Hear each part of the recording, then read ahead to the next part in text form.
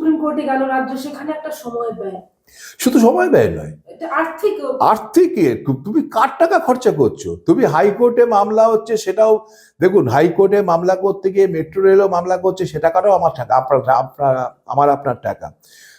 তাকে যখন বিরোধিতা করছেন রাজ্য সরকার, সেটাও আপনার টাকা। এবার সেই নির্দেশটাকে, হাইকোর্টের নির্দেশটাকে বন্ধ করার জন্য যিনি সুপ্রিম কোর্টে যাচ্ছেন, সেখানেও কোটি কোটি টাকা খরচা করে ওই বড় বড় ইয়েদের, উকিলদের লাগাবেন, অ্যাডভোকেটদের লাগাবেন।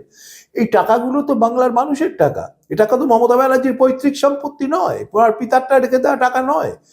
আমাদের টাকা খরচা করে, আমাদের টাকা, আমাদের উন্নয়নটাকে স্তব্ধ করে দিচ্ছেন। এটা একটা অদ্ভুত ব্যাপার। বাংলার মানুষের টাকায় বাংলার মানুষের উন্নয়ন স্তব্ধ হচ্ছে, আর করছেন কে? তার নাম মমতা ব্যানার্জি। এটার মানে এটা ভাবতে পারা যায় না যে এই জিনিস হতে পারে। কোনো সুস্থ মানুষের কাছ থেকে এরকম একটা কাজ হওয়াটা কোনো মানুষ ভাবতে পারে না। এটা মমতা ব্যানার্জি বলেই বোধহয় পারছে। আজকে সব জায়গাতেই উন্নয়ন স্তব্ধ আছে, শুধুমাত্র চিংড়িঘাটা নয়। কারণ হচ্ছে উনি এখন উদ্বোধন করতে পারবেন না।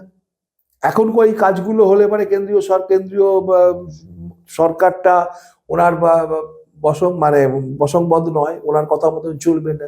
তাই সেই উদ্বোধনে উনি করতে পারবেন না। কেন্দ্রের মন্ত্রীরা উদ্বোধন করবে বা প্রধানমন্ত্রী উদ্বোধন করবেন, উনি হিরো হতে পারবেন না। তার জন্য এটা করা। নাহলে ব্যারাকপুর অব্দি মেট্রো বন্ধ কেন? ব্যারাকপুর অব্দি মেট্রোর কাজ হচ্ছে না কেন? আজকে গড়িয়া থেকে এয়ারপোর্টের মেট্রো কেন বন্ধ করে রাখা হচ্ছে মাঝপথে? একটা কয়েকশো মিটারের যা ওইটুকু কাজ কেন করতে দেওয়া হচ্ছে না? মমতা ব্যানার্জির কাছে বাংলার উন্নয়ন বড় কথা নয়। মমতা ব্যানার্জির কাছে নিজের উন্নয়নটাই বড় কথা, নিজের আর নিজের পরিবারের উন্নয়ন। এছাড়া মমতা ব্যানার্জি কিছু বোঝেন না। তাই বাংলার উন্নয়ন যতদিন মমতা ব্যানার্জি থাকবে স্তব্ধ থাকবে।